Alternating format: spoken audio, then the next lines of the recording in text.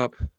All right, guys, it is officially 12 o'clock or 12:30 on a Friday, and you guys know what that means. It is the Emblem Hour. Today, we're lucky enough to be joined by Jake Allen. If you guys don't know what Emblem Vault is doing, they're doing massive, massive things here.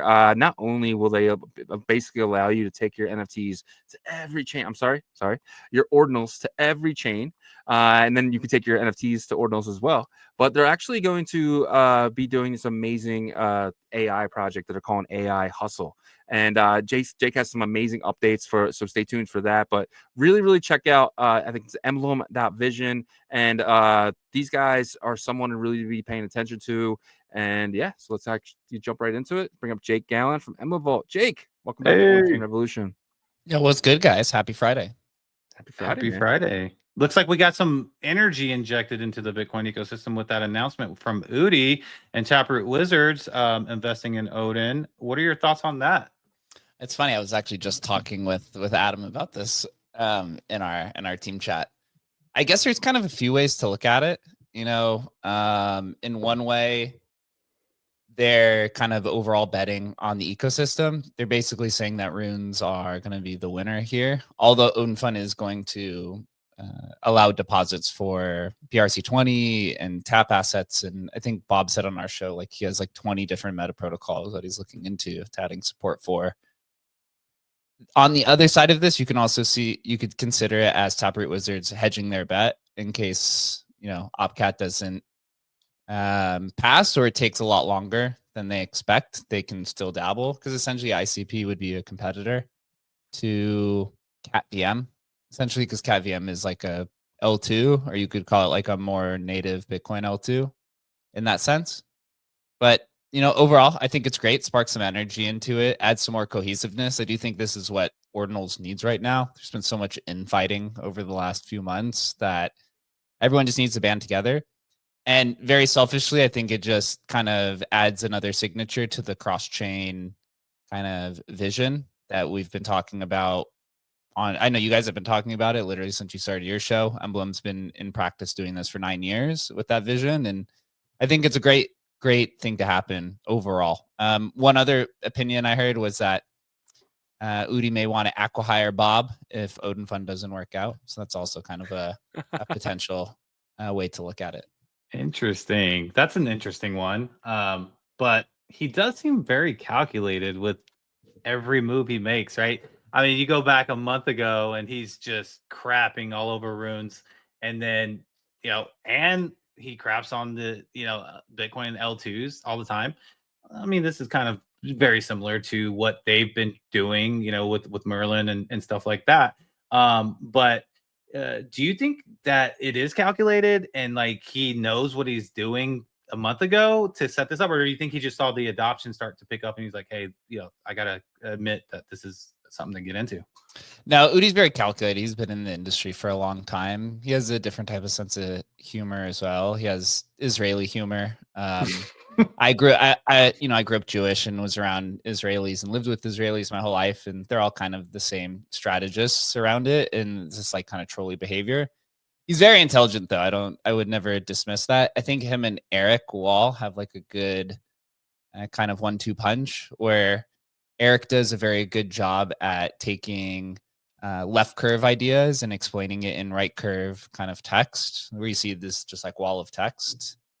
And then Udi does a really good job at taking right curve ideas and explaining it to the left side of the curve. And so with that, they're able to kind of commandeer or be able to communicate with the majority of the industry overall. They've also been in the space for very long.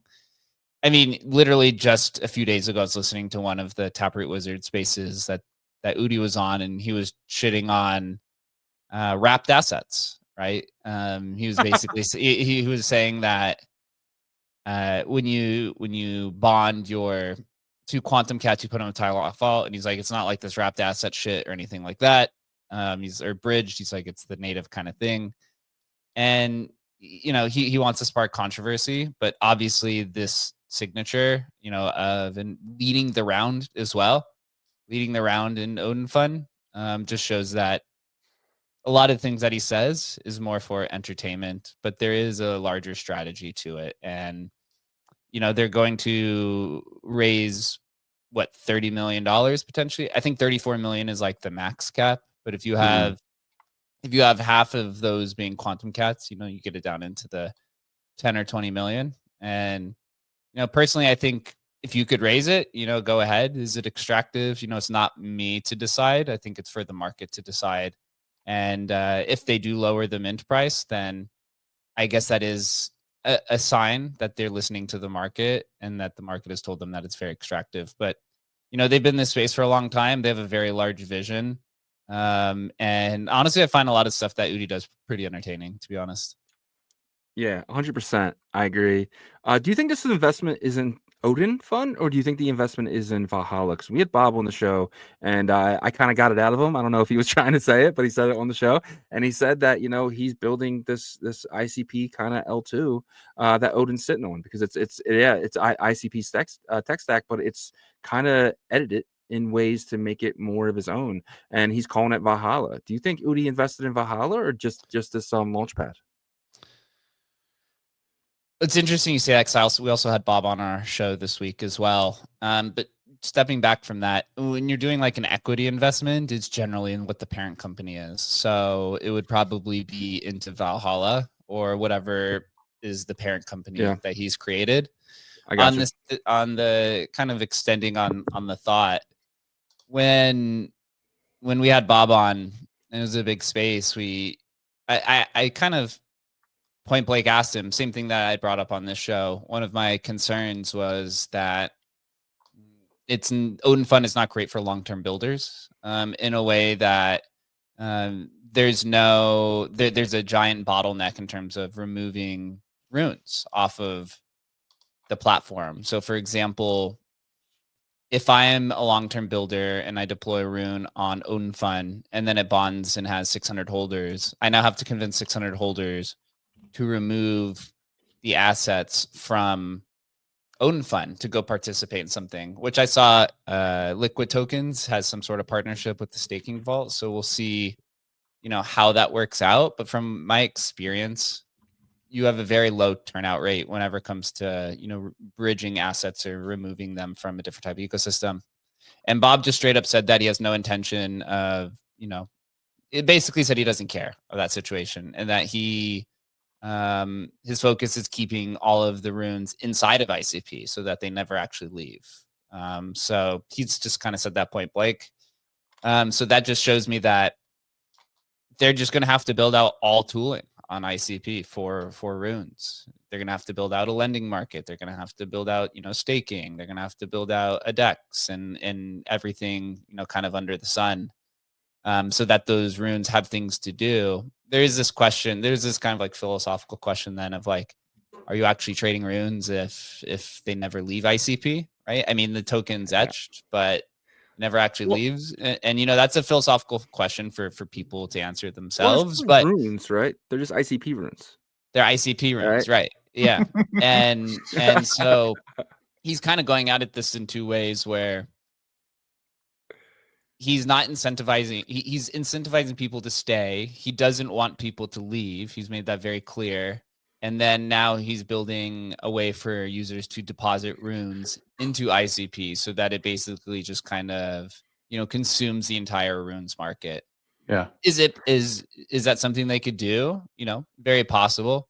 If that's where Udi thinks that they're going to take that, then, they want kind of a piece of that action. For the long term of, Taproot Wizards, maybe they have maybe they don't even want runes, right? Maybe they're going to build their own catnip standard. And so this is basically them hedging their runes bet in case whatever their fungible token standard is doesn't work, in essence. But overall, there's more competition that's also popping up, right? Rune Shot was just announced from the Rune Mine guys. And then you also have Funky Bits on Arch. So I think this is really great for the overall runes and Bitcoin native asset ecosystem, because you're now going to have, you now have kind of three large competitors popping up, right? You have Near, or at least infrastructure providers. You have Near, you have ICP, and then you have Arch that's coming. And all of these are a form of chain abstraction, even Arches to a degree. And we're literally about to enter this next era of chain abstracted Bitcoin products or Bitcoin applications, which is just more validation to something that all of us have been talking about for years already. Yep.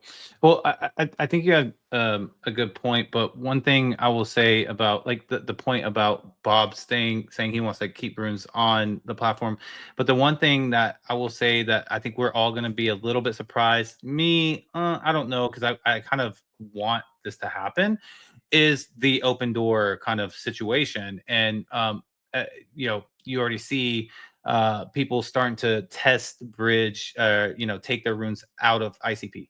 You've seen it with Sparks token. You've seen it with Pep Odins. You've seen it with I think one or two more. So they're already starting to form these partnerships with like Fluid to allow staking to happen on Bitcoin Layer 1. I think this is extremely healthy, though, if you can have this swinging door. Right now, yes, he might think initially, I want the liquidity to stay here. But if you have this swinging door to where you're like, okay, I can take it to Fluid and they can stake it there or whatever on Bitcoin Layer 1, they're not going to want to trade it on Magic Eden. They're not going to want to do that, right? So once they're done with their staking, they're going to take it back over there. And for the runes that they also earn too, right? So now they're actually taking more liquidity back, in my opinion.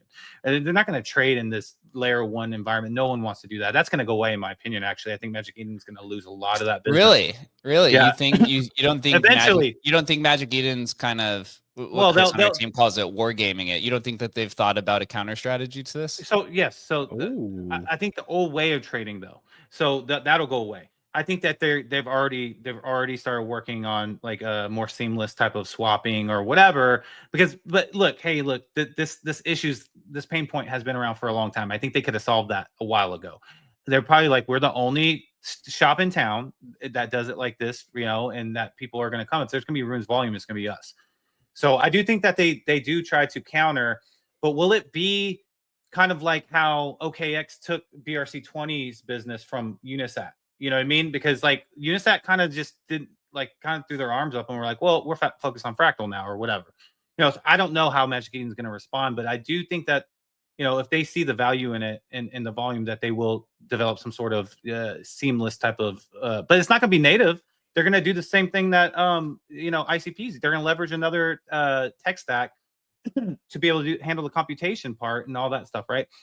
So my point that I'm making, though, is that there's going to be open doors everywhere, like with Near Protocol, with ICP, and the more popular ones that can build it up first. I think Bob has an advantage, and then EVM side, they'll have kind of like Merlin's the only one that's doing it over there right now. Excuse me. If they can kind of refocus on that, maybe capture a little bit of the different part of the market that wants to do EVM.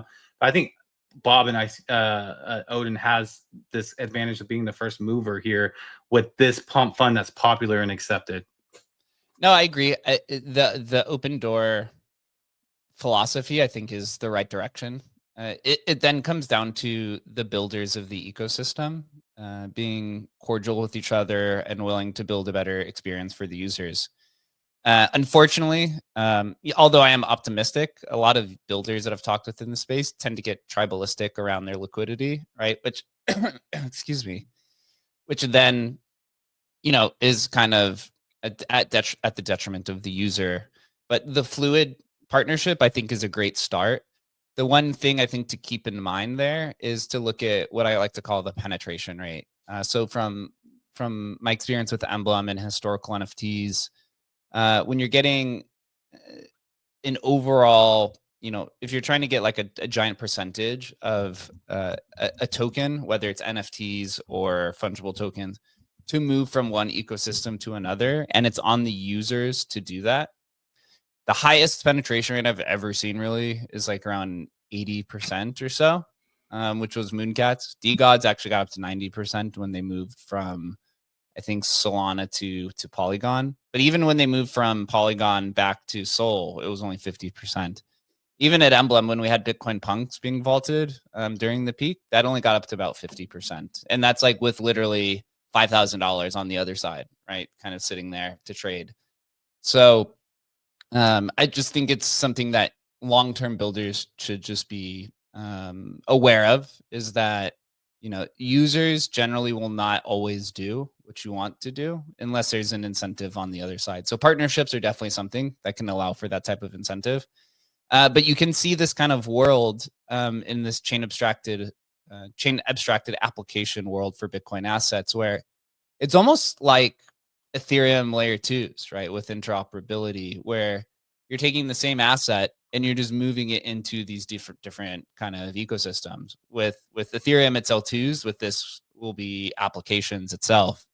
And if you can build a frictionless way to move in and out of these doors from Odin Fun on ICP to Rune Shot on Near to whatever is in Arch, right? Or to whatever Emblem builds, or, all these different ways. If you can make it frictionless, then the outcome will be much better than what you see with this kind of Ethereum interoperability issue that they have currently. There's probably a $1 million or $1 billion idea to be able to figure out what that way is to move in between all of these different applications for Bitcoin assets. Whether it's something like Omnity Network that I believe is trying to solve this, or whoever can build the plumbing, but probably a big opportunity there for a builder. Yeah, Well, 100%. go ahead. No, I was going to say, so 100% too, and like I think Magic Eden's in a perfect spot because they just got to sit back, wait for technology like Arch to kind of show up, right? And I actually just got into this week. I was digging into Jam, which is a big upgrade from Polkadot, and what Jam's going to do, it's going to allow you to kind of jam everything together. It's called Join Accumulate Machine. It's kind of like a new EVM model. It's upgraded by Gavin Wood, the guy who created EVM, right, or the guy who created Gavin Solidity, Wood, the the founder of programming Polkadot. Yeah, former founder of Ethereum. He actually is creating a join accumulate machine, which is going to allow you to use basically a UTXO and account-based model like EVM or SVM, it doesn't matter. And that's going to allow you to kind of jam everything together to make one protocol, which is going to allow you to do things what Arch is doing without the restrictions of going from account-based model to a UTXO model, right? Now you're going to kind of go from UTXO to UTXO, which kind of makes it seamless. So we're going to see a lot more of these Arch type of products popping up. And that is a great opportunity for places like Magic Eden. All they got to do is put up an Arch thing right next to the Bitcoin thing, or put up, or for you guys too, right? For you guys to be able to kind of do your thing as well, which is going to allow you to kind of move from UTXO to UTXO easier. And then now if it's all jammed together, you're on an account-based model as well. And that's going to allow you guys to do everything you can do in the back end as well. I think it's going to open up a lot of different things, and no one's really talking about it.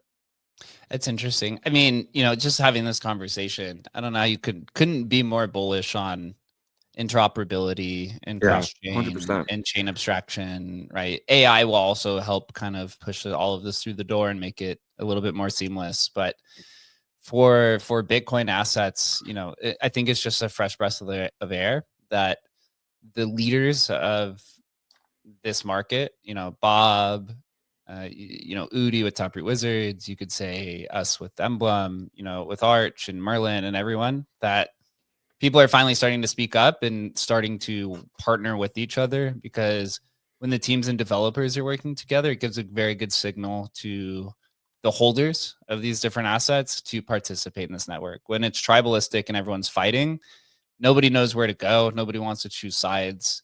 But overall, insanely bullish. And I think this then breathes more life into the market and gives, it can give the market another 6 months to a year of fresh narratives to pursue, which then allows new VC funding to come in because there's a new narrative, right? There's new interest. So VC capital comes in, you get all these projects funded, people start trying to throw stuff at the wall to see what works. You get a few winners and you get new liquidity. The market becomes a little bit more efficient, and users can find wherever the value accrual is to make money, and you have this wealth effect, right? And then eventually then everything all fades again and you get this correction and you do the next thing all over again. But that's kind of like what happens. That's exactly what happened with L2s, right? It was, you had ordinals kind of created, you had tap and a few of these different meta protocols.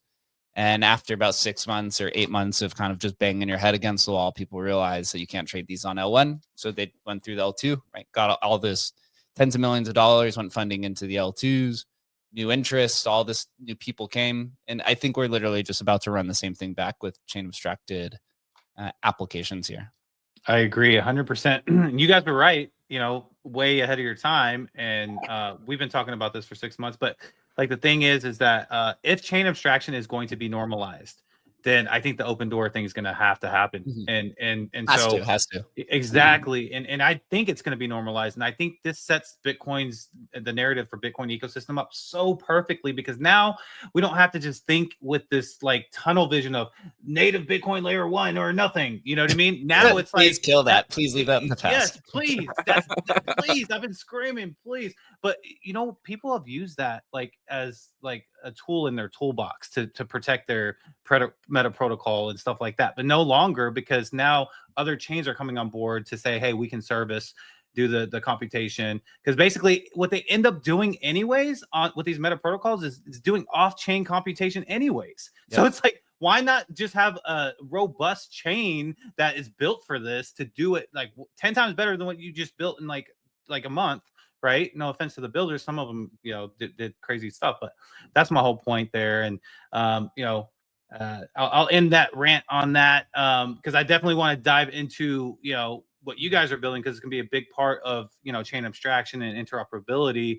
And maybe we can start off with your latest updates on let's start off with the AI part, if you don't mind, because I think you guys are getting some groundbreaking stuff completed. Yeah, so I actually brought some stuff with me here.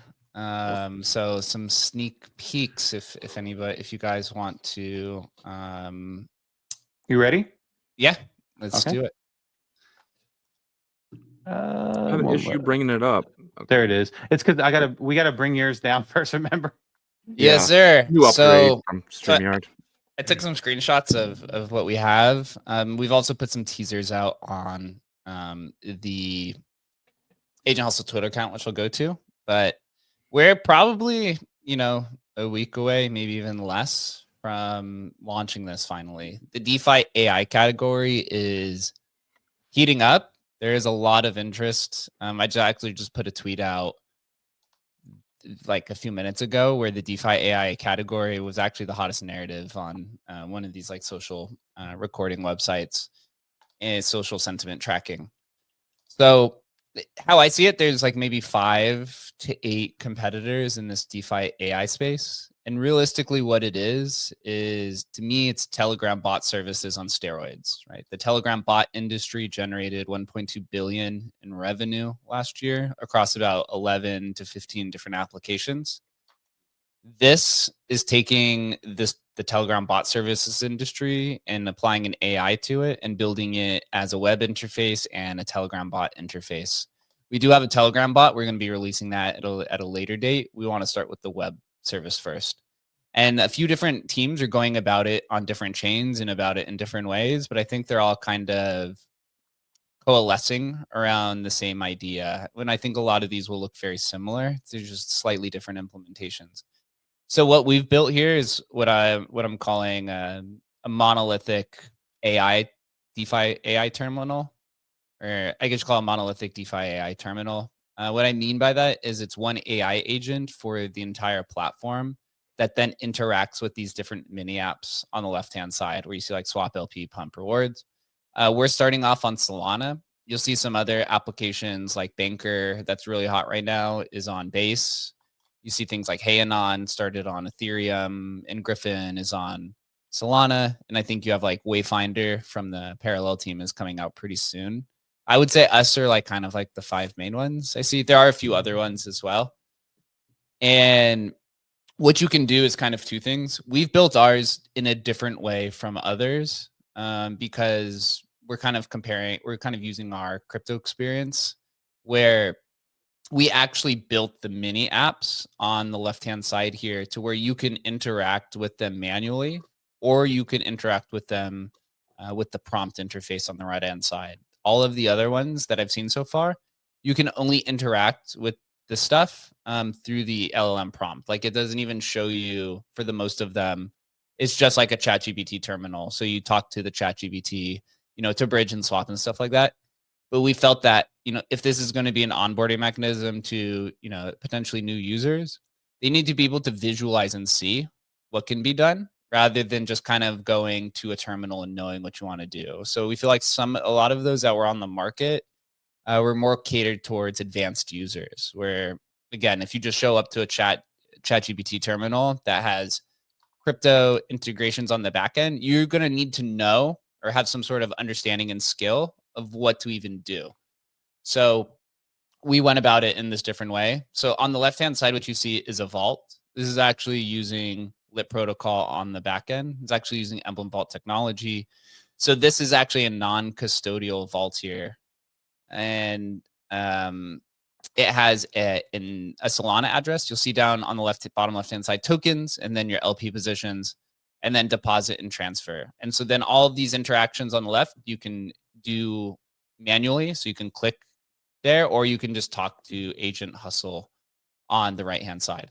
So this is kind of what the swaps look like as well. Again, you can use the swaps here on the left-hand side manually. Sometimes users like to go, personally, as I've been testing it, I kind of go back and forth. I find myself using the manual one even a little bit more than I do on the right-hand side. Or sometimes I'll I'll choose a token to swap, and then on the prompt, I'll just sit there and talk with Hustle of just getting an explanation of different things, pulling market data from online, getting different types of information before I actually make the swap. So we feel like that's a little bit more friendly to the kind of average user who maybe isn't even familiar with Solana, but they do know Bitcoin. So that you can come here and talk with LM. And sometimes here, like for example, with LP, so we have concentrated in standard pools. And on the left-hand side, you could go ahead and deposit. But on the right, a lot of people have never even LP'd before. So you can kind of sit here and ask Agent Hustle different questions about what an LP is, how to LP, what are different types of strategies. And for a lot of users, this isn't even just in crypto, just in general, you don't like asking things in public. And this is why people have a fear of speaking in public, because you don't want to look dumb. So here, you can kind of maintain that privacy and just sit there and talk with the AI agent over and over and over, whatever question that you want. And then we also have a Pump Fun mini app as well. So I was newly created, about to graduate, and recently graduated. And this updates in real time. I've actually compared this to Photon, and they update at the exact same time. And so here there's a quick buy for all these different tokens. The newly created tab actually moves a lot faster because it's all newly created. But if you click the details button, then it'll put a prompt in the LLM terminal that Agent Hustle will give you a 4 to 5 sentence description of what the token is. And then the rewards is something you guys will have to see, as well as the directives as we kind of expand. One final thing here I'll show. This is something we put on. This is something we put on the Agent Hustle account. This is just the example of kind of how the swap works. I know it's a little bit kind of fuzzy on my screen, but it's simple, right? You sit there and say you want to swap, and then he gives you kind of the information, and you say yes, and then the transaction is there. And so as we start, we are going to have it to where he's going to give you a prompt, and then you actually have to confirm it. And the reason why we're doing that is because, oops, sorry, I hit stop. So you might have to put us back on screen. Okay. Yep. The reason why we did that is for safety reasons, where we're entering literally an unexplored area of the intersection of AI and crypto, and there's always a potential that there could be an issue where he just buys the wrong token, right? Or your assets get dumped, or you put a prompt in and then the prompt was read differently, which then executed. So we're putting that safety mechanism in the beginning. And then after the following update, where we're going to be adding a lot more mini apps and also kind of Bitcoin and Ethereum as well, which we've started working on. We'll have something that's called degen mode, where you can turn that on and off for the users who just want kind of faster transactions. Although online, I have seen some horror stories of the AI interface buying the wrong token, right? Buying an illiquid token, and then the bots on the other side just basically sell into that giant pump, and the person kind of loses all their money. So we do say to kind of really experiment. I would recommend starting with a lighter amount of SOL. You actually need to deposit 1 SOL to even use the platform, just to initiate the wallet, but you can remove it right afterwards as you like. And then we'll be expanding this to Bitcoin and Ethereum as well. Do you think it's a good idea to force people to use the contract address, like him to say, or at least give me the last 6 digits or something, just to kind of help him until he gets stronger and better going forward? Because I personally, if I want to buy a token this way, I'm going to Dex Screener and grabbing the token contract. Yep. I would recommend using the contract address. We've been kind of experimenting it to see to try kind of see what the outputs are. We could tell people as much as we want to use a contract address, but the majority of people are not going to put the contract address in, right? They're going to say buy bonk or buy whiff or Yeah. buy whatever the token is. So we kind of came up with this way where he can then kind of list all the tokens that sound similar, and then you Gotcha. can kind of respond that way. We're still working to it. And one other thing I didn't know, but is not native to any other DeFi AI platform I've seen, is we are allowing you to upload images to it. And the reason why we added this is for a few reasons. One, for experimentation, but another one is you can feed him essentially contextual strategies. So if you go to like Masari, right, or if you go to, even if you download like some sort of trading book or something like that, and you just keep feeding him pages of these different trading strategies, and you want him to trade for you or to kind of understand your philosophy much better, then you can just keep feeding him images, and then it'll understand a little bit more and make better decisions or better recommendations or better perspective on what the best decision is or the right decision. Hustle also has a memory, so the more conversations you have with him, he will remember everything that you've had. So once you tell him your name, it's assigned to that wallet address, and he'll remember your name and everything and so forth as you continue to use the platform. So I can basically mold my hustle to the kind of the person that I want him to be in the way of trading, right? So I'm Yep. able to just take. So if I put in the contract address one time and just say, this is when I say bonk, this is the one. So potentially down the line, if I'm in and out of bonk, for instance, he already knows from his memory bank that I've talked about this one only. So I don't need to get the contract address every single time. I can just say, remember we talked about it earlier, the bonk that I sent you. Yeah, absolutely. That's actually a really smart strategy to do. Is to make sure that they kind of bank that. And there's literally like an infinite amount of strategies here and an infinite amount of possibilities. And we have users who still talk with Hustle literally for the last 2 months when it's just the AI kind of on the website. So we're interested to see kind of what these unique strategies are that people do with it. And the platform is very similar to all the other ones where you actually have to deposit the Solana into the address. And the reason why is that the AI agent essentially co-owns the wallet with you inside of agenthustle.ai. It's the same thing that you see with Griffin and Hanon and all these other ones. I think Bankery, I've tried where you can actually connect the wallet and he can make transactions for you. It didn't really work when I tried, but I have seen some people, I've seen some ones attempt to do that, but it is kind of a deposit mechanism. And it does seem like, as we talked about with like Bitcoin abstracted applications, that they're all also deposit kind of scenarios, as well as things like the trading bots as well as a deposit. So same situation there, just our vault is non-custodial because it does use lit protocol TE on the back end. So Emblem has no access, and it's actually a vault. So the vault, we haven't turned this on, but this is something we could experiment with in the future. That vault that's inside of agenthustle.ai can actually be minted if we wanted, and then you can sell all of the assets inside as an NFT. It's not turned on right now, but it is something that we could experiment with down the road. Love it. Yeah, I really like the fact that you guys did not just leave the LLM typical standard, because that would be horrible. And I think some products did do that, which to me I don't get. Like, so it's really good that you made it sleek and easy to onboard, because that's the whole point, right? Is to be able to onboard here. So awesome. I don't want to put you on like any like hard timeline or anything, but let's just say, what would be a fair, I guess, time frame of where like anybody could start utilizing this?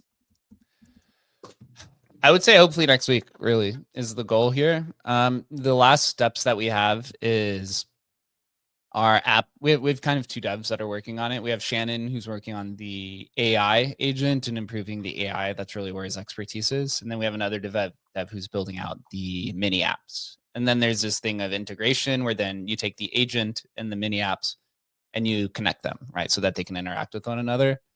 We're just right now, he's working on the LP and pump fun, and then it's done. And then we'll be ready to release it. There will be I guess I'm just going to spill some of the beans here. There will be like a countdown ticker we're going to put on the website for maybe like 3 days or so, which will have a password protected. And we're going to share the website with our affiliates, partners, whales, admins, and specific people to kind of go through the experience for 3-4 days while it's being tested publicly, or you could call it like a beta, and share the information, and then hopefully should be public. Our developer said he's going to work on the weekend to get this done. Our goal is to get it out literally as soon as possible because there is some momentum. The Tensor token is almost up 3x from the bottom. I mean, granted, it literally dropped to 600K. It was at like 1.7 million, I think, before the show started.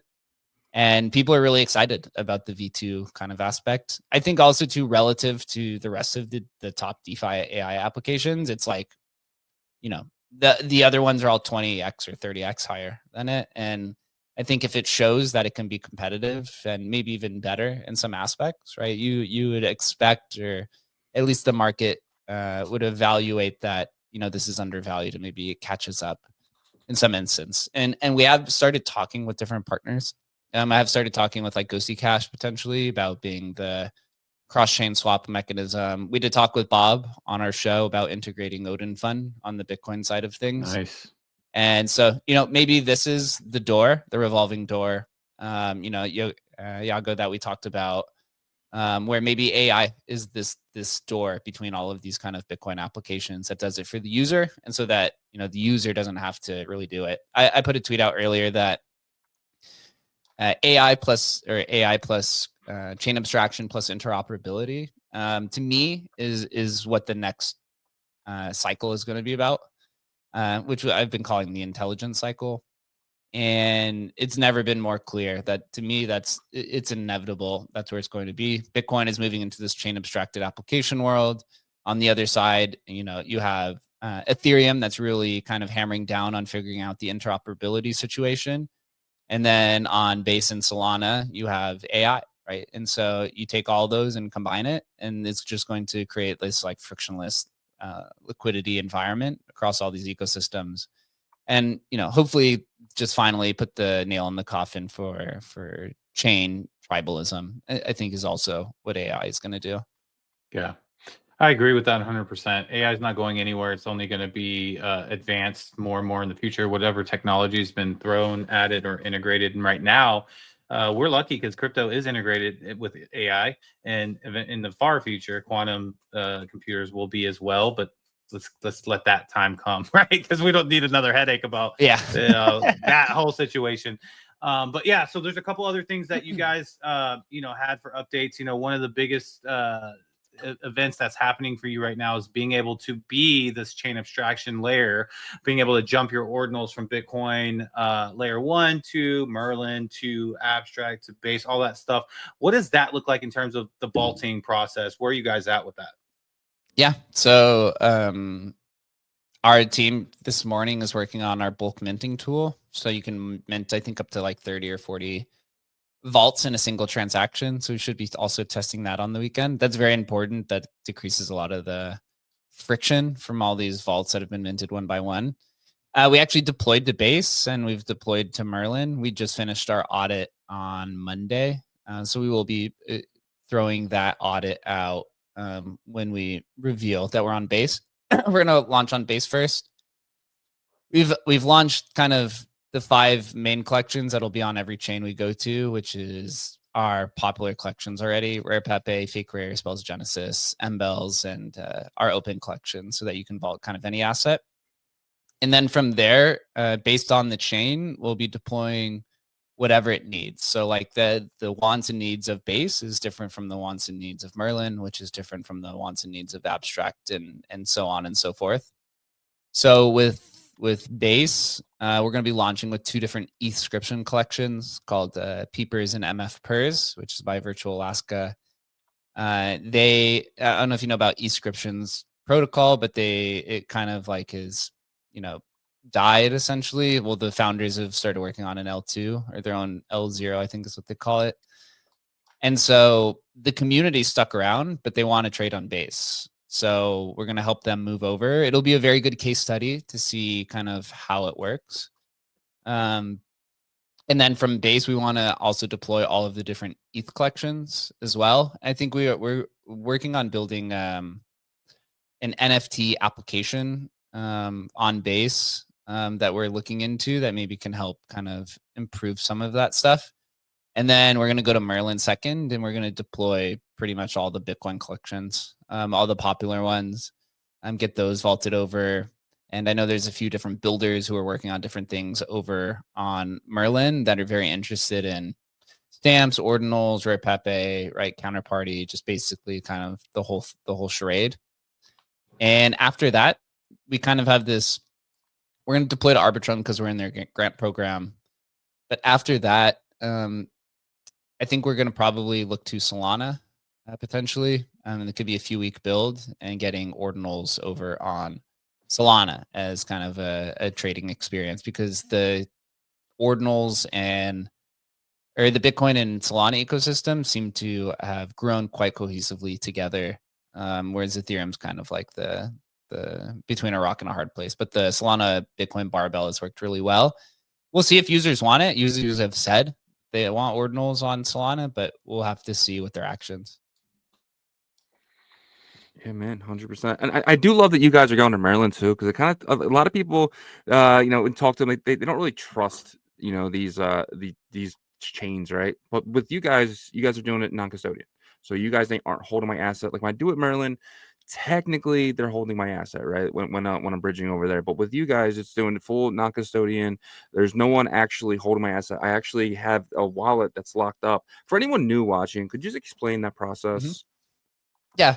To take it, I guess to say it as the most simplistic way, when you're minting a vault, what you're doing is you're sending an asset inside of a vault, which is a wallet inside of an NFT. So a vault equals a tokenized wallet, crypto wallet.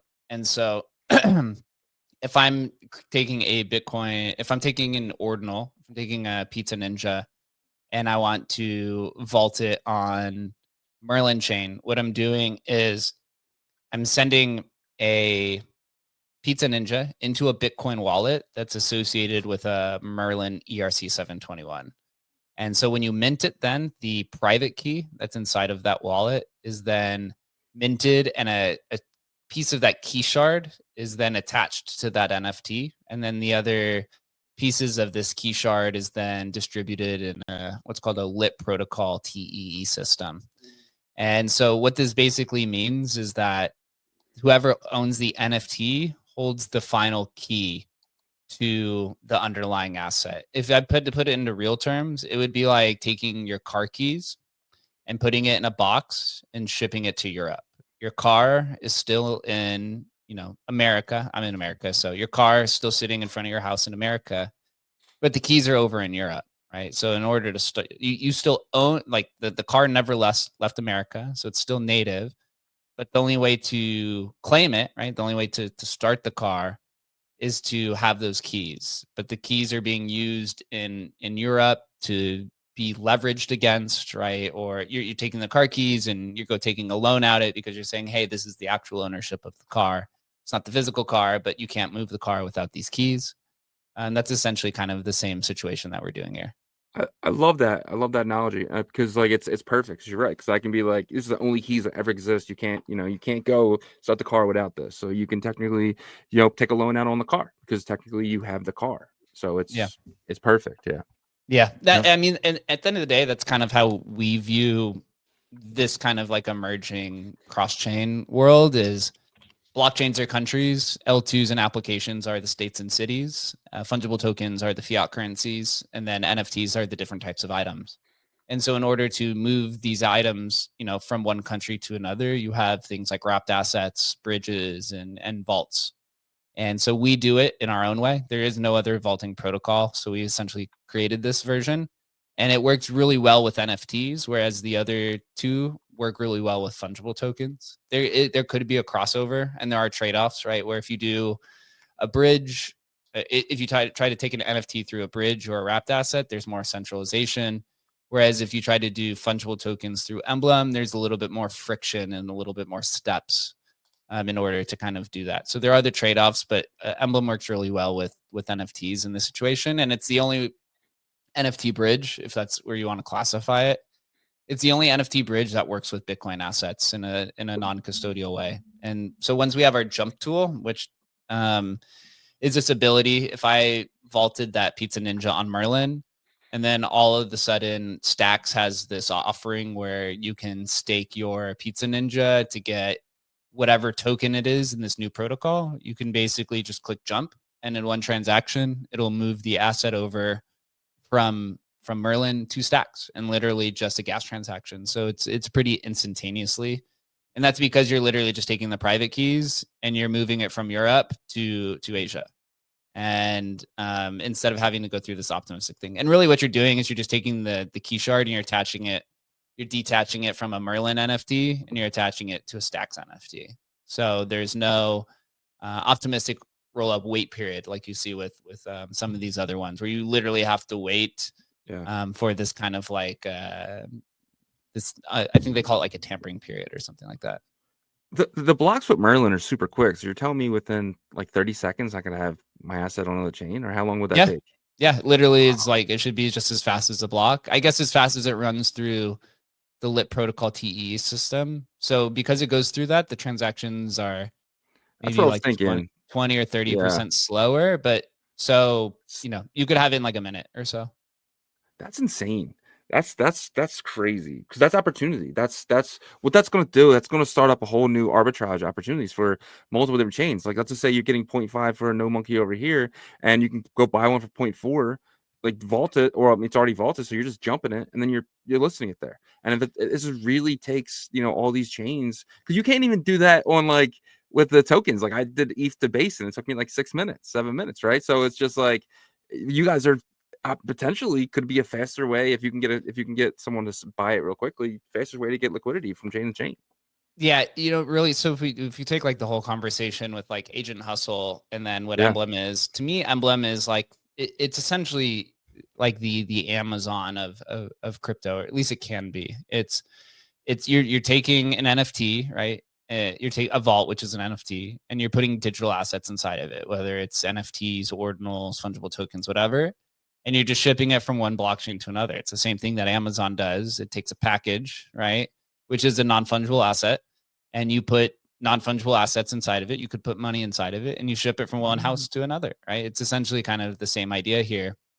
And when you look at the broader kind of interoperability space, when somebody's moving a fungible token from one chain to another, there's like 50 to 100 different bridges that they use. There's a few who consume a lot of the activity, but when you're moving NFT from one spot to another, there's literally just Emblem. There's literally no other NFT bridges that are trying to go at it at the scale that we're doing, and also allows for any type of digital asset, and it can work on any type of network, because the other NFT bridges, when they're using layer 0 or wormhole, your limitation is the virtual machine, right, for smart contracts. Whereas when you're using Emblem, the limitation is wallet and token infrastructure, because that's what a vault is. It's just a tokenized wallet. And so every blockchain, every L2 has application, right? They all have tokens and they all have private public key wallets. Whereas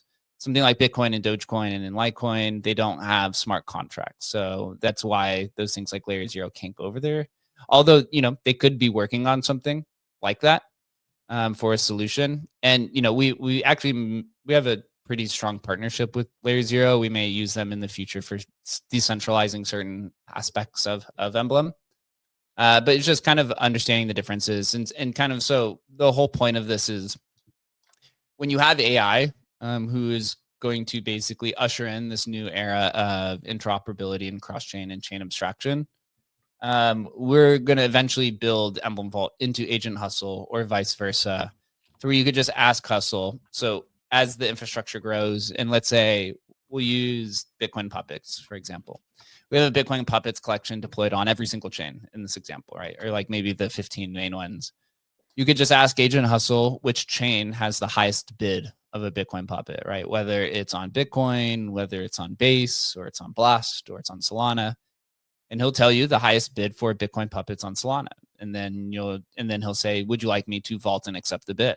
And you just say, yeah. And so then he just takes your Bitcoin puppet and he vaults and accepts the bid. And so then you can do other types of trading strategies where if you have, we'll use a quantum cat. So if you have 5 quantum cats, you can say, hey, list my 5 quantum cats at 0.2 Bitcoin. But once that Bitcoin is, or once one bid is accepted, delist all of them and relist them at 10% higher than what the floor is, or something like that.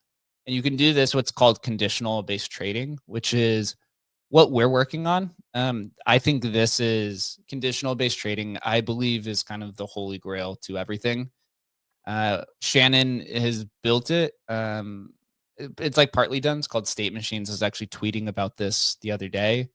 The only other team I've seen really even consider something like this is Hayanon. The founder was talking about conditional based trading as well.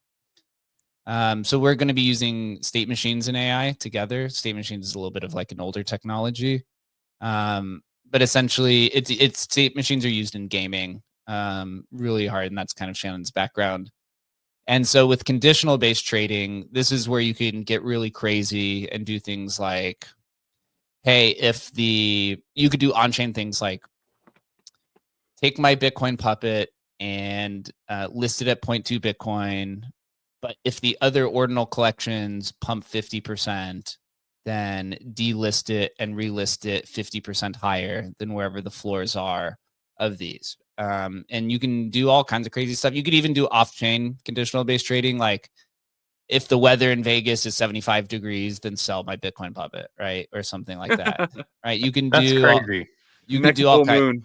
Yeah, right. Next full moon. So you could, right. And you can start tying things to like news events as well, where it's like, Oh, okay. hey, if Elon Musk tweets about Doge, Mm. then list my Doginals. That could Or be something huge. like that, right? So you I can love start doing, that, dude. so you can start doing really crazy stuff like that. And that's really kind of where we're striving to work towards, is to have this conditional based trading I guess you call it conditional based DeFi AI terminal that works on pretty much every chain. And then Emblem Vault is essentially the infrastructure to move these NFTs across all these different chains. Love it, man. Man, you guys are doing so much, dude. It's a lot, dude. Yeah, for sure, for sure. And we're coming up on that Emblem hour, but one thing I want to give you a couple minutes to talk about real quick is most projects that are building want to give back to their community, and you guys are doing something really cool in terms of like a loyalty type of point system. If you can maybe talk about that for a few minutes before we end things up for the hour. Yeah, it's a good thing to bring up. So our vaulting program, when we did our initial announcement in December about the launch of Keys, which is the Emblem underlying token, we announced that we were going to launch a point system at the end of March, which is being built. It may extend into April, depending on how Base and Merlin launches go. And users will be able to earn points, which will pay them out in Keys, which is a rune, which it should last from March or April to about November, December time. So it'd be about an 8-month program. And this will be everything from using Agent Hustle in the terminal to minting Bitcoin puppets on Merlin to participating in anything else that we really have. Originally we were going to have points for trading on Emblem markets, but the market doesn't seem like they like that anymore. So we're actually going to sunset that idea. So it'll be just like minting and unvaulting and moving assets cross chain between all of our different chains that we exist on, as well as using Agent Hustle and everything else that may come. So look for that announcement. It'll be really exciting. And then, the Emblem TG or the Emblem Vault Keys TGE, which is rune number 5078, I believe. The first part of the TGE starts in September, which is a founder vault, which you can actually buy right now for half an ETH. So if you want to purchase the future of Emblem, then go to our founder vault collection.